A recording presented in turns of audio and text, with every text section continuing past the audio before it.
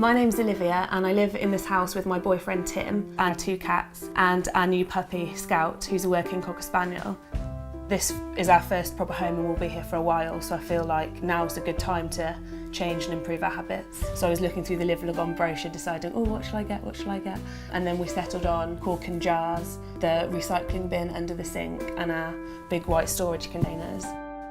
Going on from the Live LAGOM project, I'm now trying to see what other changes I can make. I think our water bills are still quite high because I do love a good bath, but I try and only have them about once a week now, whereas before it was most nights. I now wash everything on 30 degrees, whereas before I'd just whack it up to 70. My gas and electricity account, they're only charging us now £25 a month, which is amazing, especially seeing as my boyfriend lost his job for 4 months. Saving £50 a month has really helped us out in our time of need. It actually has changed our life.